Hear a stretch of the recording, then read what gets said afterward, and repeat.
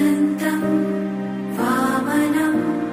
शौर्यं वैकुण्ठं पुरुषोत्तमं वासुदेवं ऋषिकेशं माधवं मधुसूदनं